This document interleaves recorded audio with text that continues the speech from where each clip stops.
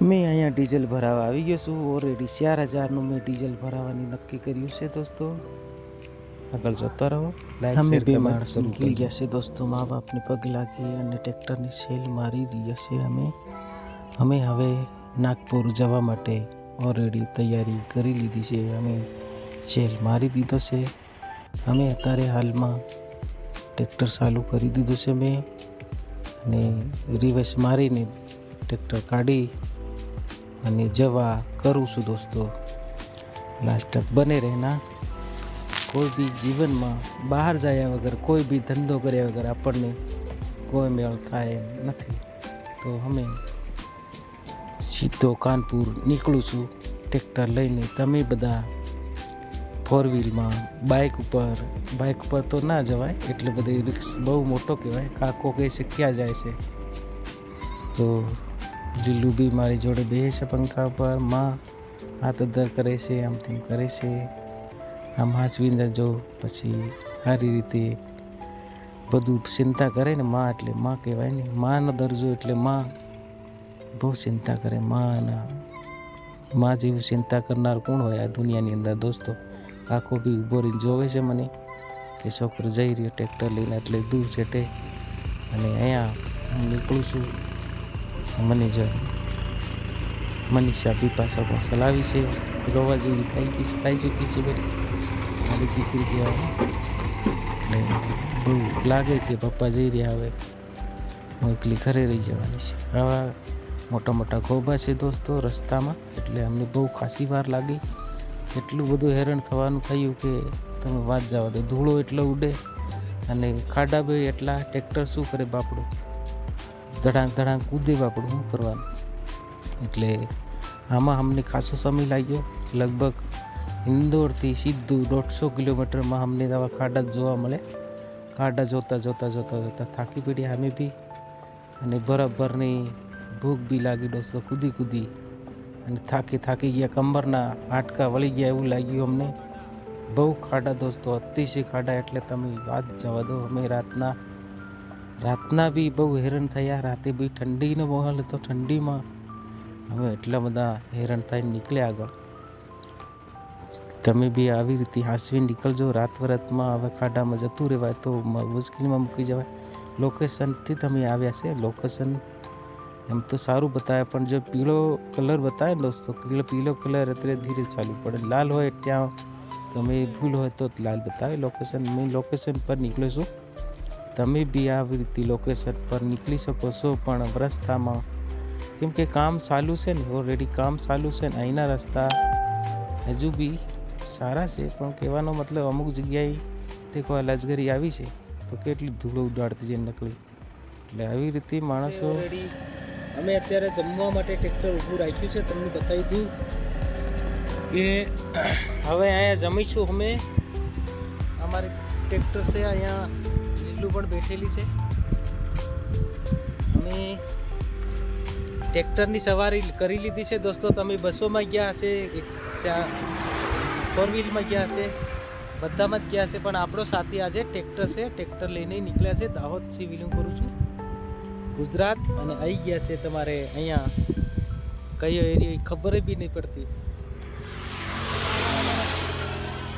અહીંયા શું કહેવાય, સરસોની ખેતી બહુ કરે છે. આ બાજુ બી સરસો નજર આવશે તમને. આ બાજુ ઘરો આવા જ દેખાય છે કંઈક આ બાજુ. અમે અહીંયા લાકડા બી લઈ આવ્યા છે. લાકડા તમને નજર આવતા હશે.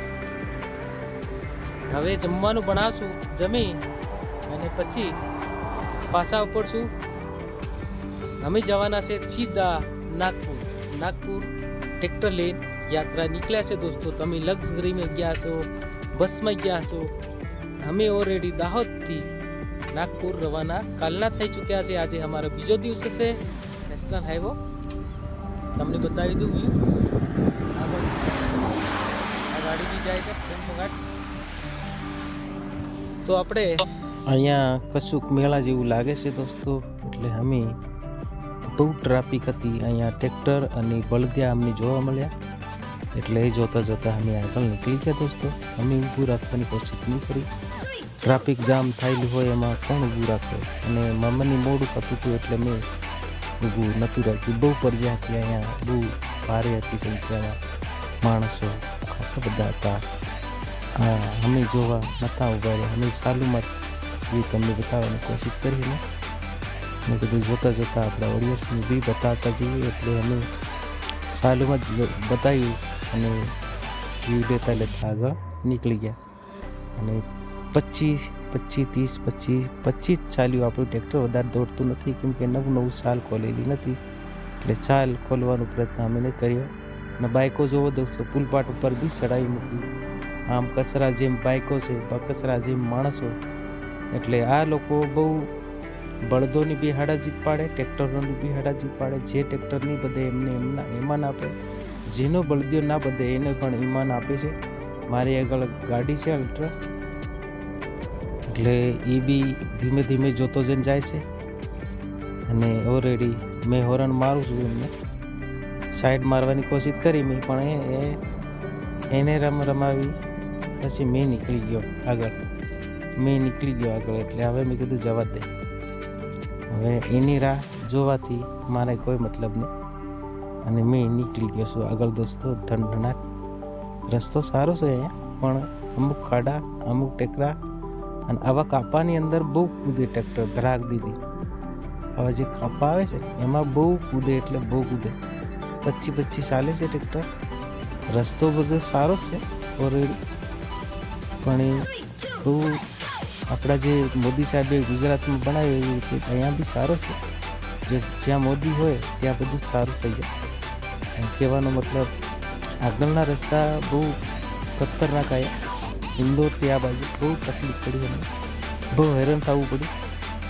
અને પાછા બી આવી રીતે લીલું બેઠી છે ટોલાની અંદર, અને મેં એકલો ચલાવું છું ટ્રેક્ટર, અને જઈ રહ્યા છે જોરદાર. ટ્રેક્ટર 25 હેંડીરું છે. 4 વ્હીલ બી આવી રીતે સાઈટો મારે છે. મેં બી ખટારાની ખાસી સાઈટો મારી, પણ એટલે બધી નહીં, કેમકે ખટારું વજનમાં લોડ ભરી જતું હોય એટલે ધીમે પડી જાય. મારે સાઈટ મારી નીકળવું પડે, એટલે આપણે નીકળી જઈએ એટલે વાંધો નહીં મળે. અને આજથી નહીં, 2001થી હું ડ્રાઈવર છું, એટલે બધી રીતે એક્સપિરિયન્સ છે મને. કાગળિયા બાગળિયા બધું જ રાખ્યું આપણે હાથે, અને લાયસન્સ બી હાથે, બધું જ છે આપણી જોડે હાથે, એટલે કોઈ મગજમારી નહીં. અહીંયા એવો વિસ્તાર આવી ગયો, ડુંગરા, કેવા મોટા ડુંગરા, કેવું આખું વાતાવરણ બદલાઈ ગયું દોસ્તો. હું બી હક્કા થઈ ગયો. મેં કીધું આ શું છે, અહીંનું વાતાવરણ આખું અલગ લાગ્યું મને. મેં કીધું અહીંનો વ્યૂ લેવા જેવું છે. પછી મેં ચાલુમાં તાપી દીધું, લીલું પકડ્યું, પણ એક બાજુ આંગળું આવી ગયું તો બી એની ખબર નહીં પડે કે આ કેમેરા પર આંગળું છે. મારું વિડીયો લીધે મારે કટિંગ કરવો પડે. કટિંગ કર્યો, અને આ પાછળનો ભાગ તમને બતાવવાની અત્યારે કોશિશ કરું છું. એમાં શું થયું, મારે એક હાથે ટ્રેક્ટર ચલાવવું, એક હાથે કેમેરો પકડું, નહીં રાગ આવે. આવી રીતના ઉતાર્યો છે એને, પણ સારો વ્યૂ આવ્યો. પણ હવે ખાટલા ઉપર નથી બેઠી, અને નીચે બેસી ગઈ. એ બીક લાગે કે ખાટલા ઉપરથી પડી જાવ. મેં કીધું ખાટલા ઉપરથી થોડી પડાય ગઈ. એટલે બહુ બીવી જાય, એટલે શું કરવાનું, બીવડે માણસો અમુક શું કરવાનું. આવી રીતે ઘઉં બી બહુ ઘઉં છે આ બાજુ, આપણા કરતાં વધારે ઘઉં છે. કેમ કે અહીંયા ભલી પહાડી ઇલાકો આપણા જેમ છે,